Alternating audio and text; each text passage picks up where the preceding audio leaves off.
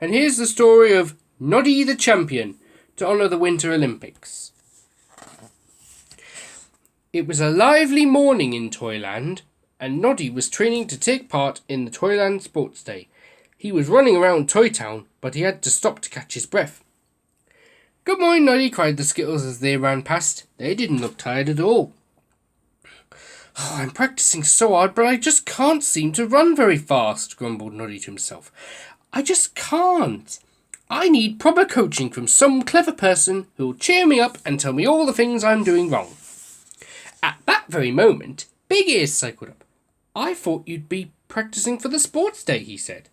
"Will you help me?" asked Noddy. "I can't seem to run very fast on my own."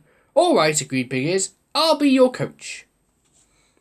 Back at House for One, Noddy was running as fast as he could. "Come on, Noddy," cried Big Ears encouragingly. "Not far now." Noddy gasped to a halt. "Was I faster this time?" he panted. "Did I run a faster time on your stopwatch?" Big Ears looked embarrassed. I'm not sure. I'm afraid my stopwatch has stopped." "Never mind, run round the house again. And cheer up." Just then Master Tubby ran up. "I've had such a good idea for the sports day," he said. "You and I could enter the three-legged race together." "Don't be silly," replied Noddy. "We've only got 2 legs each." No, said Master Tubby. "We tie our legs together with my skipping rope. Then we'll have 3 legs. Big Ears can coach us." "That's a good idea," said Big Ears. "Ready, steady, go." But Noddy and Master Tubby started to run off in different directions. They staggered, wobbled, and fell right over. "Ah," said Big Ears. "I see what you're doing wrong." "I know what I'm doing wrong," said Noddy crossly. "I shouldn't be running with Master Tubby. He messes up everything." "Oh!" exclaimed Master Tubby indignantly. Just then Tessie Bear came walking up the path. "Tessie," cried Noddy, "will you enter the three-legged race with me?" "I can't," said Tessie Bear. "I've already promised to enter it with Dinah Doll. But you can borrow Bumpy Dog if you like."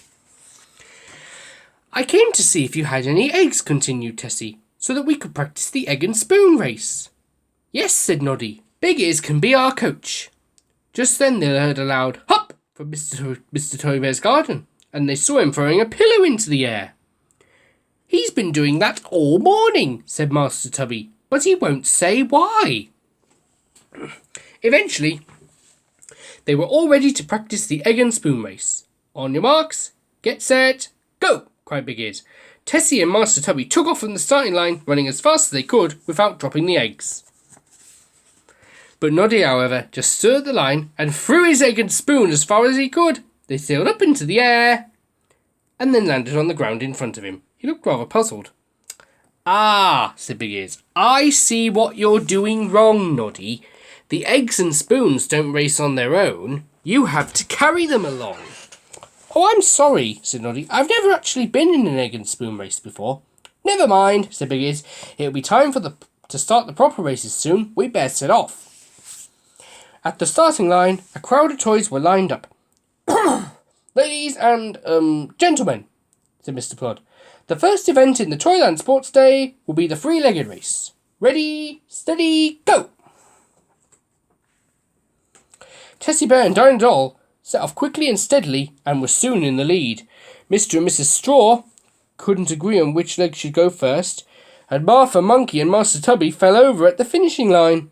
And Bumpy Dog was no help at all to Noddy, as he just kept running around in circles. Tessie and Dinah won the race easily. "Hooray!" cried all the watching toys. The next event took place in Mr. Straw's farmyard. "Ladies and gentlemen," said Mr. Plod, "may I have the first toy for the hay bale tossing competition?" "You have to toss the bale of hay as high as you can over the wall," exclaimed Mr. and Mrs. Straw. "It sounds easy to me," said Sammy Taylor, and he picked up the pitchfork and plunged it into the hay bale, and he took a big swing and threw it as far as he could. It landed right next to the wall. "May I be next?" asked Noddy. Noddy picked up the hay bale, but instead of throwing it over the wall, he dropped it and toppled over. Mr. Straw's horse thought it was very funny. "Did I do something wrong?" asked Noddy. "The final contestant is Mr. Tubby Bear," announced Mr. Plod. Mr. Tubby took the pitchfork and tossed the bale of hay high up into the air. "Up!" he cried, winning the contest easily. "He's been practising," said Noddy. "So that's why he was throwing pillows about all morning," exclaimed Big Ears. The next race was the 100 metres wobble, which Mr. Wobbly Man won. In fact, he was the only one who entered it. "Congratulations," said Mr. Plod as he presented the prize. "And now to our final event, the Grand Egg and Spoon Race." "Oh, I hope I win this," sighed Noddy. "I've not won anything yet." Everyone lined up at the start with their eggs and spoons. "Take your marks. Get set. Go!" shouted Mr. Plod. Noddy tried to remember everything Big Ears had taught him about running. "Come on, faster, Clockwork Mouse," called Mr. Jumbo. "I can't run any faster," said Clockwork Mouse. "I forgot to wind up my clockwork." Mr. Jumbo just shook his head in despair. "I say, Clockwork Clown," shouted Mr. Tubby Bear. "You'll have to go faster than that, old fellow." Poor Clockwork Clown was trying very hard to balance the egg on the spoon, but he wobbled forward too hard. The egg fell and smashed all over his face. Isn't that funny? "Come on, Noddy," shouted Big Ears. "You're in second place." But Martha Monkey was running very fast indeed. She didn't seem to be worried at all about dropping her egg, and she charged across the finish line ahead of everyone else. "I declare the winner to be Martha Monkey," announced Mr. Plod. "Hooray!" cried Martha, jumping up and down and waving her arms in the air. She was still holding her egg and spoon, and the egg didn't fall off. "One moment, Miss Martha Monkey," said Mr. Plod sternly.